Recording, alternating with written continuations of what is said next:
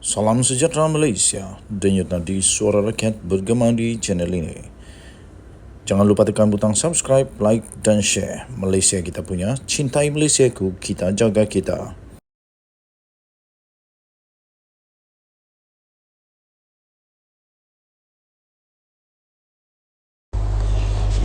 Salam sejahtera Malaysia, denyut nadi suara rakyat bergema di channel ini.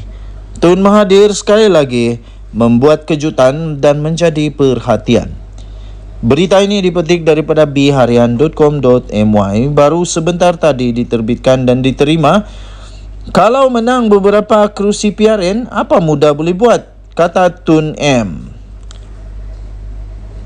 Tun Mahathir Mohamad membidas keputusan daripada Parti Ikatan Demokratik Malaysia Muda untuk bergerak solo pada pilihan raya negeri PRN di 6 negeri tidak lama lagi. Bekas Perdana Menteri itu berkata, langkah untuk bergerak solo itu dilihat adalah sia-sia belaka. Dan sekiranya mereka iaitu muda hanya memenangi beberapa kerusi yang tidak memungkinkan untuk membentuk kerajaan di mana-mana negeri ditandingi oleh muda. Katanya, jika muda bergerak solo dan memasuki PRN dengan hanya memenangi beberapa kerusi, apa yang boleh dibuat dengan hanya beberapa kerusi itu, kata Tun Mahathir. Tambahnya lagi, kamu kena jadi kerajaan negeri dan niat kita adalah untuk jadi kerajaan. Kita akan letak calon mencukupi. Jika menang, kita boleh jadi kerajaan negeri, katanya pada satu sidang media khas di sini hari ini. Dr. Mahathir berkata demikian bagi mengulas langkah muda yang diterajui oleh Syed Saddiq Syed Abdul Rahman mengambil pendirian untuk bergerak solo di PRN 6 negeri akan datang. Pengumuman itu menyaksikan akan berlaku pertembungan 3 penjuru di antara muda, Pakatan Harapan PH bersama dengan Barisan Nasional BN dan juga Perikatan Nasional PN. Sebagai rekod, sebelum pilihan raya umum PRU ke-15 pada November lalu, muda beberapa kali memohon untuk menyertai Pakatan Harapan.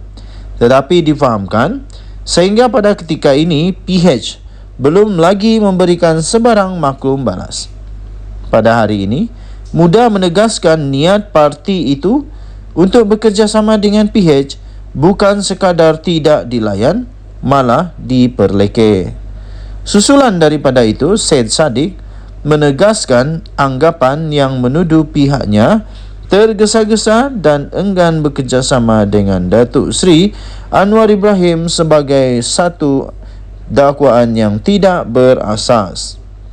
Sekali lagi, Tun Mahathir berkata bahawa kalau menang pun berapa kerusi yang PRN, apa yang muda boleh lakukan, kata Tun Mahathir. Beliau menyebut demikian kerana beliau berkata dalam pilihan raya, tujuan utama, fokus utama dan target adalah untuk membentuk kerajaan negeri. Tetapi jika sekiranya muda hanya menang beberapa kerusi sahaja, apa yang mereka boleh lakukan, kata Tun Mahathir. Beliau berkata demikian untuk mengulas langkah muda yang diterajui oleh Syed Saddiq Syed Abdul Rahman yang mengambil pendirian untuk bergerak secara solo di PRN bagi 6 buah negeri yang akan datang. Itu menyebabkan pertembungan pastinya akan berlaku secara 3 penjuru sekurang-kurangnya, di antara muda, PHBN sebagai kerajaan perpaduan dan Perikatan Nasional. Denyut nadi suara rakyat bergema di channel ini. Jangan lupa tekan butang subscribe, like dan share. Malaysia kita punya, cintai Malaysiaku, kita jaga kita. Kita jumpa lagi. Selamat petang Malaysia. Bye-bye.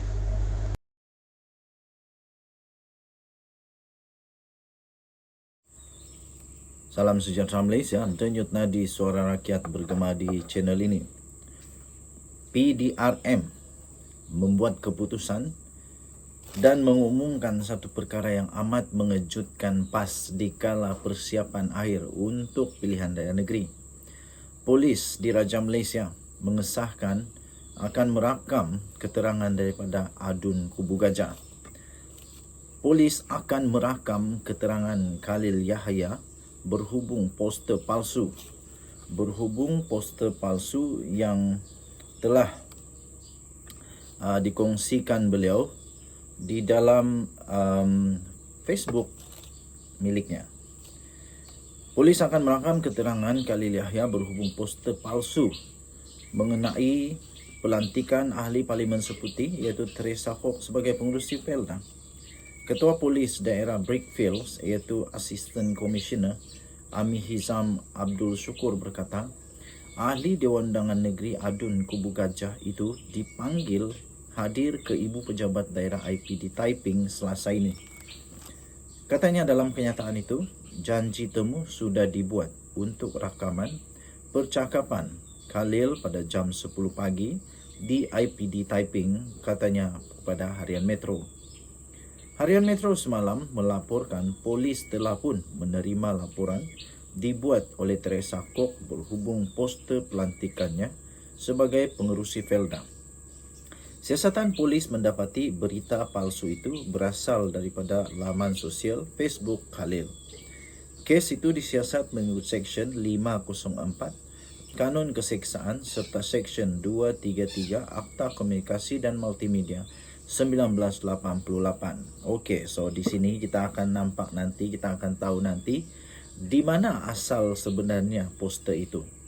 Adakah poster itu hanya akan hanya di repost, hanya diulang siar semula oleh Adun daripada PAS ini, ataupun poster itu dicipta sendiri oleh beliau, ataupun ada orang admin atau sebagainya yang mencipta poster itu kemudian dipost oleh beliau.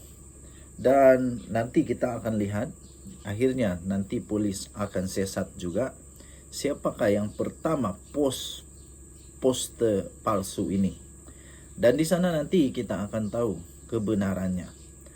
Jadi tuan-tuan dan puan-puan yang dihormati sekalian, adakah ini adalah satu permulaan yang kurang baik di dalam kempen PRN daripada PAS?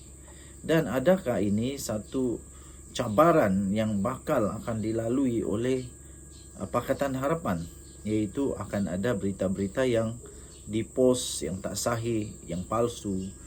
Dengan kata lain, mungkinkah ada fitnah lagi? Mungkin ada fitnah lagi kah selepas ini? Harap-harap tak ada. Dan kita ingin melihat kempen yang bersih tanpa politik terlebih-lebih sehingga adanya timbul yang disebut sebagai fitnah. Harap-harap tidak ada fitnah memfitnah, dan harap-harap semua yang dikeluarkan itu adalah fakta. Kerana rakyat ini, terutamanya orang daripada golongan sederhana yang berpendidikan sederhana, selalunya akan cepat untuk menerima semua. Dan kadang-kadang berita sebenar itu tidak dapat diterima semula. Jadi yang melekat di kepala adalah berita palsu, kerana mungkin tak sempat nak dapat berita sahih. Okey, so kita harap Polis Diraja Malaysia dapat melaksanakan tugas dengan baik, dan kita doakanlah semoga semuanya dapat diselesaikan dengan baik tanpa ada sebarang yang tidak baik. Denyut nadi suara rakyat berkembang di channel ini. Bye-bye.